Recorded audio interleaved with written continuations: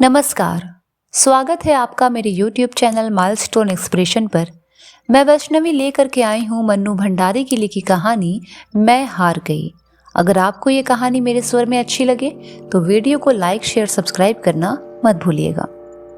प्रस्तुत है मैं हार गई। जब कवि सम्मेलन समाप्त हुआ तो सारा हॉल हंसी कह और तालियों की गड़गड़ाहट से गूंज रहा था। शायद मैं ही एक ऐसी थी जिसका रोम रोम क्रोध से जल रहा था। उस सम्मेलन की अंतिम कविता थी बेटे का भविष्य। उसका सारांश कुछ इस प्रकार था। एक पिता अपने बेटे के भविष्य का अनुमान लगाने के लिए उसके कमरे में एक अभिनेत्री की तस्वीर, एक शराब की बोतल और एक प्रति गीता की रख देता है और स्वयं छिपकर खड़ा हो जाता है। बेटा आता है और सबसे पहले अभिनेत्री की तस्वीर को उठाता है। उसकी बाँछें खिल जाती हैं। बड़ी हसरत से उसे वह सीने से लगाता है, चूमता है और रख देता है। उसके बाद शराब की बोतल से 2-4 घूंट पीता है। थोड़ी देर के बाद मुंह पर अत्यंत गंभीरता के भाव लाकर बगल में गीता दबाए बाहर निकलता है। बाप बेटे की यह करतूत देखकर उसके भविष्य की घोषणा करता है, ये साला तो आजकल का नेता बनेगा। कवि महोदय ने यह पंक्ति पढ़ी ही थी कि हॉल के एक कोने से दूसरे कोने तक हंसी की एक ऐसी लहर दौड़ गई। पर नेता की ऐसी फजीहत देखकर मेरे तो तन बदन में आग लग गई। साथ आए हुए मित्रों ने व्यंग करते हुए कहा, क्यों, तुम्हें तो यह कविता बिल्कुल पसंद नहीं आई होगी, तुम्हारे पापा जो एक बड़े नेता हैं। मैंने गुस्से में जवाब दिया, पसंद? मैंने आज तक इससे भद्दी और भोंडनी कविता नहीं सुनी। अपने मित्र की व्यंग की तिक्तता को मैं खूब अच्छी तरह पहचानती थी। उनका क्रोध बहुत कुछ चिलम न मिलने वालों के लिए आक्रोश के समान ही था। उसके पिता चुनाव में मेरे पिताजी के प्रतिद्वंदी के रूप में खड़े हुए थे और हार गए थे। उस तमाचे को वे अभी तक भूल नहीं गए। आज यह कविता सुनकर उन्हें दिल की जलन निकालने का अवसर मिला। उन्हें लग रहा था मानो उसके पिता का हारना भी आज सार्थक हो गया। पर मेरे मन में उस समय कुछ और ही चक्कर चल रहा था। मैं जली भुनी जो गाड़ी में बैठी तो सच मानिए सारे रास्ते यही सोचती रही कि इस प्रकार इन कवि महाशय को करारा सा जवाब दूं। मेरे पापा जी के राज में ही नेतागी ऐसी चिचलाती थी, कोई चुपचाप सह लेने की बात नहीं थी। भला चाहती तो यही थी कि कविता में ही उनको जवाब दूं, पर इस ओर कभी कदम नहीं उठाया था। सो निश्चय किया कि कविता नहीं तो कहानी ही सही। अपनी कहानी में मैंने एक ऐसे सर्वगुण संपन्न नेता का निर्माण करने की जिसे पढ़कर कवि महाशय को अपनी हार माननी ही पड़े। भरी सभा में वो जो नहला मार गए थे उस पर मैं दहला नहीं, सीधे इक्का ही फटकारना चाहती थी, जिससे बाजी हार हालत में मेरी ही रहे। यही सब सोचते सोचते मैं कमरे में घुसी तो दीवार पर लगी बड़े बड़े नेताओं की तस्वीरों पर नजर गई।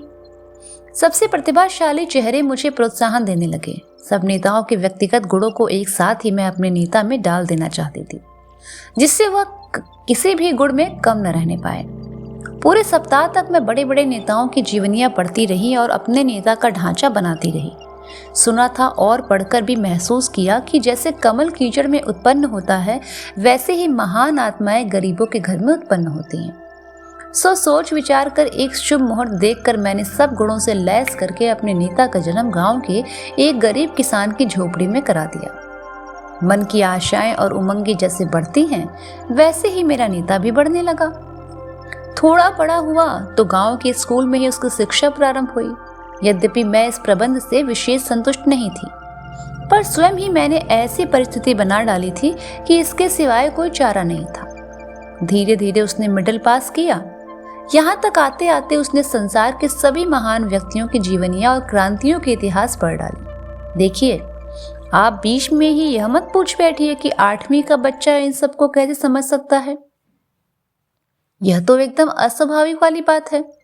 इस समय मैं आपके किसी भी प्रश्न का जवाब देने की मना स्थिति में नहीं हूँ। आप ये भी न भूलें कि यह बालक एक महान भावी नेता है। हाँ, तो ये सब पढ़कर उसके सीने में बड़े बड़े अरमान मचलने लगे, बड़े बड़े सपने साकार होने लगे, बड़ी बड़ी उमंगें करवटें लेने लगी। वह जहाँ कहीं भी अत्याचार देखता मुट्ठियां भींच भींच कर संकल्प करता, उसको दूर करने की बड़ी बड़ी योजनाएं बनाता और मुझे उसकी योजनाओं में, उसके संकल्पों में अपनी सफलता हंसती खेलती नजर आती। एक बार जानकर खतरा मोल लेने मैंने जमींदार के करिंदों से भी उसकी मुठभेड़ करा दी और उसकी विजय पर उससे अधिक हर्ष मुझे हुआ। तभी अचानक एक घटना घट गई। उसके पिता की अचानक मृत्यु हो गई। दवा इलाज के लिए घर में पैसा नहीं था, सो उसके पिता ने तड़प तड़प कर जान दे दी और वह बेचारा कुछ भी न कर सका। पिता की इस बेबसी की मृत्यु का भारी सदमा उसको लगा। उसकी बूढ़ी माँ ने रोते रोते प्राण तो नहीं दिए पर आंखों की रोशनी गंवा दी। घर में उसकी एक विधवा बुआ और एक छोटी क्षयग्रस्त बहन थी। सबसे भरण पोषण का भार उस पर ही था। आय का कोई साधन तो नहीं था। थोड़ी बहुत जमीन जो थी उसे जमींदार ने लगान बकाया निकाल कर हथिया लिया। उसके पिता की विनम्रता का लिहाज करके अभी तक चुप बैठा था। अब क्यों मानता? उसके क्रांतिकारी बेटे से वह परिचित था, सो अवसर मिलते ही बदला ले लिया। अब मेरे भावी नेता के सामने भारी समस्या थी। वह सलाह लेने मेरे पास आया। मैंने कहा, अब समय आ गया है, तुम घर बार और रोटी की चिंता छोड़कर देश सेवा के कार्य में लग जाओ। तुम्हें देश का नवनिर्माण करना है। शोषितों की आवाज को बुलंद करके देश में वर्गहीन समाज की स्थापना करनी है। तुम सब कुछ सफलतापूर्वक कर सकोगे क्योंकि मैंने सब आवश्यक गुण तुम में भर दिए। उसने बहुत ही बुझे हुए स्वर में कहा, ये सब तो ठीक है, पर मेरी अंधी माँ और बीमार बहन का क्या होगा? मुझे देश प्यारा है पर ये लोग भी कम प्यारे नहीं हैं। मैं झल्ला उठी। तुम नेता होने जा रहे हो या कोई मजाक की बात है? जानते नहीं, नेता लोग कभी अपने परिवार के बारे में नहीं सोचते, वे देश के संपूर्ण राष्ट्र के बारे में सोचते हैं। तुम्हें मेरे आदेश के अनुसार चलना होगा। जानते हो, मैं तुम्हारी सृष्टा हूँ, तुम्हारी विधाता। उसने सब कुछ अनसुना करके कहा, ये सब तो ठीक है, पर मैं अपनी अंधी माँ की दर्द भरी आहों की उपेक्षा किसी भी मूल्य पर नहीं कर सकता। तुम मुझे कहीं नौकरी क्यों नहीं दिला देती? गुजारे का साधन हो जाने से मैं बाकी सारा समय संघर्ष और देश सेवा में लगा दूंगा। तुम्हारे सपने सच्चे कर दूंगा, पर पहले मेरे पेट का कुछ प्रबंध कर दो। मैंने सोचा क्यों ना अपने पिताजी के विभाग में इसे कहीं नौकरी दिलवा दूं, पर पिताजी उदार नीति के कारण कोई जगह खाली भी रहे तो रह नहीं पाए। देखा तो सब जगह भरी हुई थी। कहीं मेरे चचेरे भाई विराजमान थे तो कहीं फुफेरे। मतलब यह कि मैं उसके लिए कोई प्रबंध न कर सकी। उसका मुंह तो चीर दिया पर उसे भरने का प्रबंध न कर सकी। हार कर उसने मजदूरी करना शुरू कर दिया। जमींदार की नई हवेली बन रही थी, वह उसमें ईंटें ढोने का काम करने लगा। जैसे जैसे वह सिर पर ईंटें उठाता, उसके अरमान नीचे को धसकते जाते। मैंने लाख बार उसे यह काम करने के लिए न कहा, पर वह अपनी माँ बहन की आड़ लेकर मुझे निरुत्तर कर देता।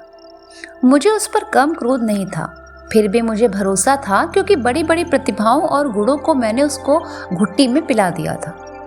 हर परिस्थिति में वे अपना रंग दिखाएंगे, यह सोचकर ही मैंने उसे उसके भाग्य पर छोड़ दिया और तटस्थ दर्शक की भांति उसकी प्रत्येक गतिविधि का निरीक्षण करने लगी। उसकी बीमार बहन की हालत बेहद खराब हो गई। वह उसे बहुत प्यार करता था। उसने एक दिन काम से छुट्टी ली और शहर गया उसके इलाज के प्रबंध की तलाश में।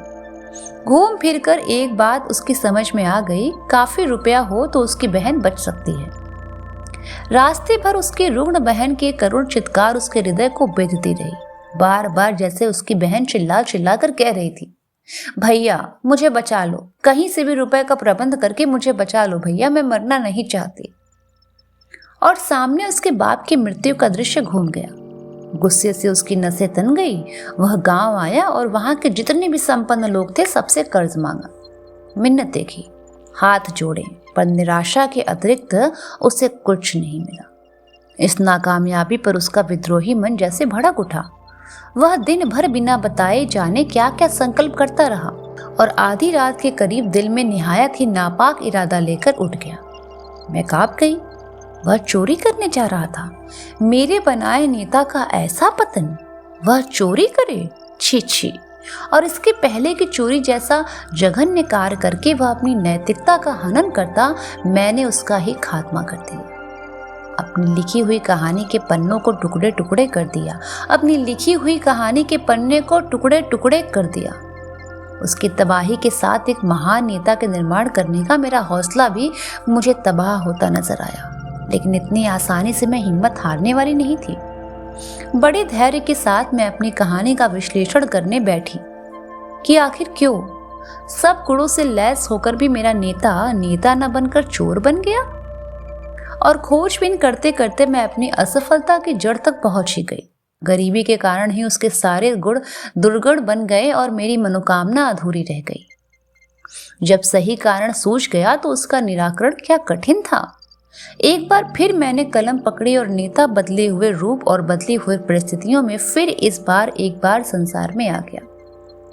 इस बार उसने शहर के करोड़पति सेठ के यहाँ जन्म लिया, जहां न उसके सामने पेट भरने का सवाल था, न बीमार बहन के इलाज की समस्या। असीम लाड़ प्यार और धन वैभव के बीच वह पलने लगा। बढ़िया से बढ़िया स्कूल में उसे शिक्षा दी गई। उसकी अलौकिक प्रतिभा देखकर सब चकित रह गए। वह अत्याचार होते देखकर तिलमिला जाता, जोशीले भाषण देता, गांव में जाकर बच्चों को पढ़ाता। गरीबी के प्रति उसका दिल दया से लबालब भरा रहता। अमीर होकर भी वह सादगी से जीवन बिताता। सारांश यह कि महान नेता बनने के सभी शुभ लक्षण उसमें नजर आए। कदम कदम पर वह मेरी सलाह लेता और मैंने भी उसके भावी जीवन का नक्शा उसके दिमाग में पूरी तरह उतार दिया था, जिससे यह कभी इस पथभ्रष्ट न होने पाए। मैट्रिक पास करके वह कॉलेज गया। इस कॉलेज में एक समय में केवल राजाओं के पुत्र ही पढ़ा करते थे और जहां रईसी का वातावरण था, उसी कॉलेज में उसके पिता ने उसको भर्ती कराया। लेकिन मेरी सारी सावधानी के बावजूद उन रईस जादों की सोहबत अपना रंग दिखाए बिना न रही। वह अब जरा आराम तलब हो गया। मेरे सलाह मशवरों की अब उसे उतनी चिंता न रही। घंटों अब वह कॉफी हाउस में रहने लगा और एक दिन तो मैंने उसे हाउची खेलते देखा। मेरा दिल धक से कर गया। जुआ? हाय राम, ये क्या हो गया? मैं संभल कर कुर्सी पर बैठ गई और कलम को कसकर पकड़ लिया। कलम को जोर से पकड़कर ही मुझे लगा मानो मैंने अपनी नकेल को कसकर पकड़ लिया हो, पर उसके तो जैसे अब पर निकल आए थे। जुआ ही उसके नैतिक पतन की अंतिम सीमा न रही। कुछ दिनों बाद ही मैंने उसे शराब पीते भी देखा। मेरा क्रोध सीमा के बाहर जा चुका था। मैंने उसे अपने पास बुलाया। अपने क्रोध पर जैसे तैसे काबू रखते हुए मैंने उससे पूछा, जानते हो मैंने तुम्हें किस लिए बनाया है? वह भी मानो मेरा सामना करने के लिए पूरी तरह तैयार होकर आया था। बोला, अपने स्वार्थ की पूर्ति करने के लिए, अपनी इच्छा पूरी करने के लिए तुमने मुझे बनाया, पर यह जरूरी तो नहीं कि मैं तुम्हारी इच्छा अनुसार ही चलूं। मेरा अपना भी अस्तित्व है, मेरे अपने भी विचार हैं। मैं चिल्ला उठी, जानते हो तुम किससे बातें कर रहे हो? मैं तुम्हारी सृष्टा हूँ, तुम्हारी निर्माता। मेरी इच्छा से बाहर तुम्हारा कोई स्वतंत्र अस्तित्व नहीं होगा। वो हंस पड़ा। अरे तुमने तो मुझे अपने कलम से पैदा किया है। मेरे इन दोस्तों को देखा, इनकी अम्माओं ने इन्हें अपने जिस्म से पैदा किया है, फिर भी ये इनके निजी जीवन में इतना हस्तक्षेप नहीं करते जितना तुम करती हो। तुमने तो मेरे नाक में दम कर रखा है। ऐसा करो वैसा मत करो, मानो मैं आदमी नहीं काठ का उल्लू हूं। सो बाबा, ऐसी नेतागिरी मुझसे न निभाई निभेगी। यह उम्र, दुनिया की रंगीनी और घर की अमीरी बिना लुत्फ उठाए ही ये जवानी क्यों बर्बाद की जाए? यह सब करके क्या नेता बना जा सकता है? और मैं कुछ कहूं उसके पहले ही वह सीटी बजाता हुआ चला गया। कल्पना तो कीजिए, उस जलालत की जो मुझे सहनी पड़ी। इच्छा तो यही हुई कि अपने पहले वाले नेता की तरह इसका भी सफाया कर दूं, पर सदमा इतना गहरा था कि जोश भी न रहा। इतना सब हो जाने पर भी जाने क्यों मन में एक क्षीण सी आशा बनी हुई थी कि शायद वह सीधे रास्ते पर आ जाए। गांधी जी ने भी तो एक बार बचपन में चोरी की थी, बुरे कर्म किए थे, फिर अपने आप रास्ते पर आ गए। संभव है उसके हृदय में भी कभी कभी पश्चाताप की आग जले और वह अपने आप सुधर जाए। मगर प्रतीक्षा करूं जब वह पश्चाताप की अग्नि में झुलसता हुआ मेरे चरणों में आ गिरेगा और अपने किए के लिए क्षमा मांगेगा।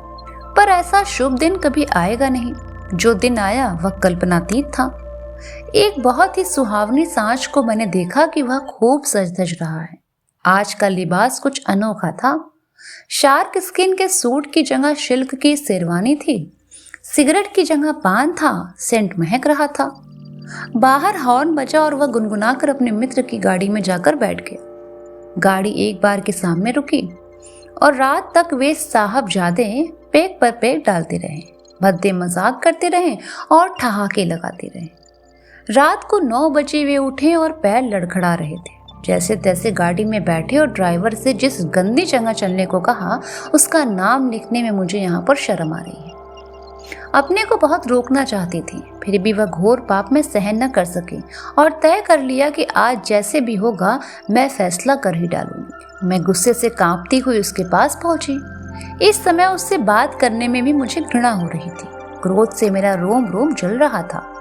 फिर भी अपने को काबू में रखकर और स्वर को भरसक कोमल बनाकर मैंने उससे कहा, एक बार अंतिम चेतावनी देने के ख्याल से ही मैं इस समय तुम्हारे पास आई हूं। तुम्हारा यह सर्वनाश देखकर जानते हो मुझे कितना दुख होता है। अब भी समय है, समझ जाओ। सुबह का भूला यदि शाम को घर आ जाए तो भूला नहीं कहलाता। पर इस समय वह शायद मुझसे बात करने की मनस्थिति में नहीं था। उसने पान चबाते हुए कहा, अरे जान, ये तुमने क्या हर समय नेतागिरी का पचड़ा लगा रखा है। कहाँ तुम्हारी नेतागिरी और कहाँ छमिया का क्षमा का। देख लो तो बस सरूर आ जाए। मैंने कान बंद कर लिया। वह कुछ और भी बोला पर मैंने सुना नहीं। पर जो उसने आंख मारी वह दिखाई दी और मुझे लगा जैसे पृथ्वी घूम रही है। मैंने आंखें बंद कर ली और गुस्से से होंठ काट लिए। क्रोध के आवेग में कुछ भी कहते नहीं बना, केवल मुंह से इतना निकला, दुराचारी, अशिष्ट, नारकीय कीड़े। उसके मित्र ने जो कुछ कहा उसकी हल्की सी ध्वनि मेरे कान में पड़ी। वह जाते जाते कह रहा था, अरे ऐसी घोर हिंदी में फटकार होगी तो वह समझेगा भी नहीं, जरा सरल भाषा तो बोलो। और अधिक सहना मेरे बूते के बाहर की बात थी। मैंने जिस कलम से उसको उत्पन्न किया उसी कलम से उसका खात्मा कर दिया। वह छमिया के यहाँ जाकर बैठने वाला था कि मैंने उसे रद्दी की टोकरी में डाल दिया। जैसा किया वैसा पाया। उसने तो अपने किए का फल पा लिया, पर मैं समस्या का समाधान नहीं पा सकी। इस बार की असफलता ने तो मुझे बस रुला ही दिया। अब तो इतनी हिम्मत भी नहीं रही कि एक बार फिर मध्यम वर्ग में अपना नेता उत्पन्न करके फिर से प्रयास करती। इन 2 हत्यारों के भार से ही मेरी गर्दन टूटी जा रही थी और हत्या का पाप ढोने की न इच्छा थी और न शक्ति। और अपने सारे अहम को तिलांजलि देकर बहुत ही ईमानदारी से मैं कहती हूँ कि मेरा रोम रोम महसूस कर रहा था कि कभी भी भरी सभा में शान के साथ जो नहला फटकार गया था उस पर इक्का तो क्या, मैं दुग्गी भी न मार सकी। मैं हार गई, बुरी तरह हार गई। धन्यवाद।